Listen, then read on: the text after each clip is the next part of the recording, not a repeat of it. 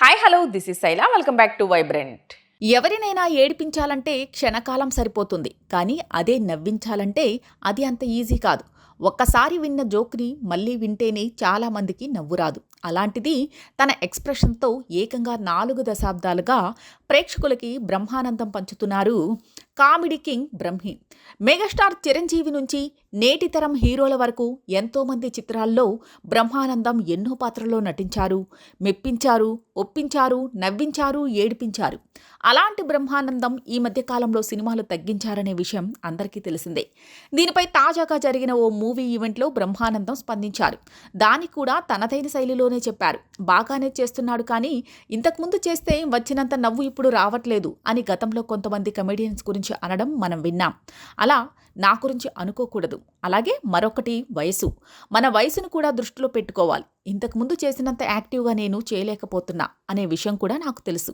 మనల్ని ప్రేక్షకులు ఎప్పటికీ గుర్తుపెట్టుకోవాలంటే కొన్ని తగ్గించుకోవాలి. అందుకే సినిమాలను ఎంపిక చేసుకోవటం తగ్గించేశాను. అంతేకాని నాకు అవకాశాలు రాక కాదు, చేయలేక కాదు అంటూ బ్రహ్మానందం చెప్పారు. ఈ కామెంట్లపై నెటిజన్లు తెగ రియాక్ట్ అవుతున్నారు. కొంతమంది అయితే బ్రహ్మానందం గురించి ఎమోషనల్ పోస్టులు పెడుతున్నారు. మీరు అలా అంటుంటే వినలేకపోతున్నామయ్యా, హీరోలకు ఉన్నంత క్రేజ్ సంపాదించావు, నిజానికి అంతకంటే ఎక్కువే సంపాదించావు. నీలాంటి నటుణ్ణి మళ్ళీ జీవితంలో చూడలేను. అసలు నాకు సాధారణంగా నవ్వు త్వరగా రాదు, కానీ నువ్వు కనిపిస్తే చాలు ఏదో తెలియని ఆనందం, అదే బ్రహ్మానందం అంటూ ఓ నెటిజన్ పోస్ట్ చేశాడు.